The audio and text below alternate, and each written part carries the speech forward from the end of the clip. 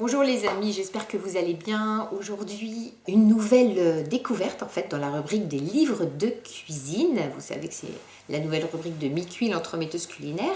Pour ne rien perdre, pas en perdre une miette même dirais-je, eh bien vous vous abonnez directement à la chaîne et vous activez la petite cloche qui vous avertira chaque fois qu'une nouvelle vidéo va paraître. Et puis, on va commencer tout de suite. Donc, la dernière fois, je vous ai présenté un livre donc, de Régis Parcon, le chef triplement étoilé, qui s'appelait Herbe. Et aujourd'hui, on va continuer avec un autre chef. Je vous ai dit que je vous emmenais dans les îles, mais en fait, je vous emmenais sur un rocher. Le livre dont je veux vous parler aujourd'hui, c'est celui-ci. D'un rocher à l'autre, avec le chef Marcel Ravin. Marcel Ravin, c'est un chef que j'ai eu la chance de rencontrer. Donc en 2005, il venait de prendre en fait les cuisines du Monte Carlo Bay à Monte Carlo. Et je me rappellerai toujours la première chose qu'il m'a dite. Il me dit: ah, ne faites pas comme tous ces journalistes, ne dites pas que je fais une cuisine fusion. Et je dis: ah ouais, qu'est-ce que vous faites comme cuisine? Eh bien, je fais une cuisine identitaire et contemporaine. Et vous allez voir dans ce bouquin que le chef sait de quoi il parle. Et moi, j'ai particulièrement aimé ce livre parce qu'il raconte une histoire. L'histoire donc de cet homme arrivé à 20 ans avec son CAP en poche et avec beaucoup d'espoir, qui souhaitait conquérir le monde de la cuisine, bien évidemment.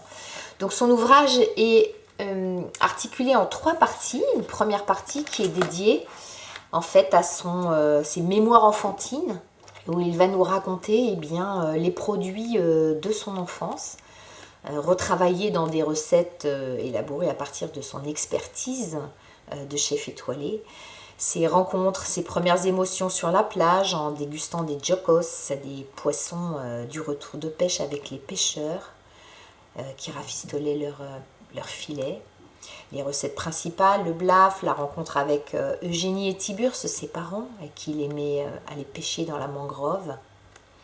Sa grand-mère aussi, Yannès, qui nous décrit comme fumant la pipe devant son potager en regardant pousser les légumes. Son grand-père, qui était charbonnier, paysan, et qui fournissait la braise pour le village. Voilà, un ensemble de souvenirs associés à des produits, donc dans des très très belles recettes, comme je vous le rappelle. La partie centrale de l'ouvrage, elle est consacrée aux chefs qui ont marqué le parcours de Marcel, même s'il n'a pas travaillé avec eux. Il s'est beaucoup intéressé à leur art. Et la personne qui l'a sans doute le plus marqué étant Alain Ducasse, dont il dit: il me suffit de l'observer pour retrouver la foi, le désir d'aller toujours plus loin et d'être meilleur chaque jour. Parmi les autres chefs, donc on a Bernard Loiseau, je sais qu'il y a Joël Robuchon, Pierre Troisgros, Marc Vera. Chacun y dédie une recette. La troisième partie de son ouvrage est consacrée d'un rocher à l'autre, du rocher du Diamant en Martinique au rocher de Monaco.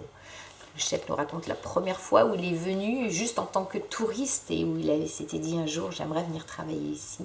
C'était quelques années avant qu'il soit appelé aux commandes donc, de ce magnifique établissement monégasque dans lequel il officie toujours aujourd'hui.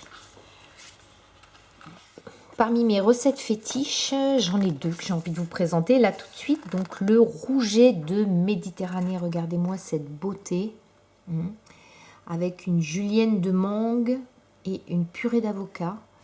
Ensuite on a aussi du gingembre, on a aussi des fleurs. On a ici donc la bourrache, un ensemble de choses. Est-ce que c'est cela que l'on nomme métissage, s'interroge-t-il. Une association à première vue insolite, le mariage d'un poisson de Méditerranée avec la mangue, l'avocat et les bourgeons de chayotte, provoquant une sensation émotionnellement forte. Voilà, ici, vous trouverez cette recette donc sur le blog micuit.fr. La deuxième recette que j'ai envie de vous partager aussi aujourd'hui, c'est cette recette de partition de truffes au chocolat. Donc le chef a réalisé des demi-sphères, donc à base de crémeux au chocolat, de ganache Givara au thé Earl Grey et d'une glace au lait de coco qu'il a ensuite recouvert avec de la noix de coco, avec de la poudre de cacao et avec des miettes de crêpes gavotte. Voilà, très très appétissant. Vous retrouverez également la recette sur le blog micuit.fr. Voilà les amis, cette présentation est terminée. Vous savez maintenant tout ce qu'il y a dans ce livre, donc qui regorge de belles recettes et d'histoires. Donc je vous invite à me rejoindre sur ma chaîne YouTube, à actionner la petite cloche pour ne rien manquer puisqu'il y a de nouvelles présentations qui se profilent, des livres un peu plus tendance, un peu plus fun, des livres pour les enfants aussi, des très très beaux livres pour se régaler et régaler tous nos amis. Je vous souhaite une très belle journée. À bientôt.